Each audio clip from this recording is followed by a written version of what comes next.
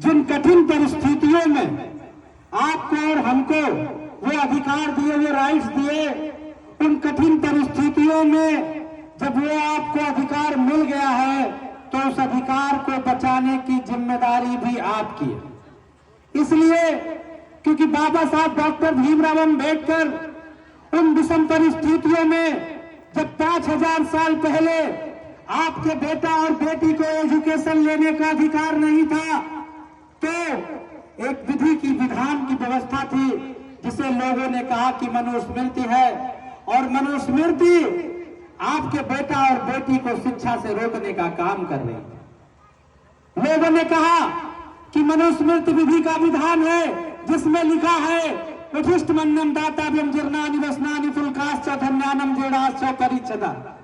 किसी शूद्र के बच्चे को अच्छी शिक्षा लेने का अधिकार नहीं है, किसी दलित के बच्चे को अच्छा खाना खाने का अधिकार नहीं है।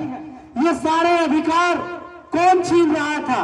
एक विधि का विधान था जिसे लोग कहते थे कि ये विधि का विधान है, इसे कोई बदल नहीं सकता है। लेकिन मैं आपको बताना चाहता हूं, जब बाबा साहब डॉक्टर भीमराव अंबेडकर को अवसर मिलता है, जब बाबा साहब डॉक्टर भीमराव अंबेडकर को लगता है कि एजुकेशन में वो पावर है कि आदमी अपने पूरे जीवन को बदल सकता है, और वही शिक्षा जब डॉक्टर अंबेडकर ग्रहण करते हैं, तो सबसे पहले उस विधि के विधान को बदलने का काम अगर किसी ने किया तो उसका नाम डॉक्टर अंबेडकर है। और उस विधि के विधान को बदल करके जानते हैं डॉक्टर अंबेडकर ने क्या बना दिया? सब मतलब होता है बराबर, अभिधान मतलब होता है कानून। क्या बना दिया?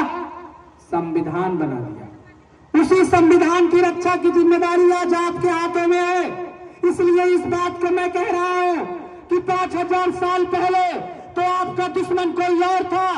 जो आपका दुश्मन था वो आपको एजुकेशन से रोक रहा था, लेकिन आज 5000 साल बाद जब भारत के संविधान को लागू हुए 75 साल हो गया है, और इन 75 सालों के बाद भी आज आपके बेटा और बेटी को अच्छे हायर एजुकेशन में जाने से रोका जा रहा है।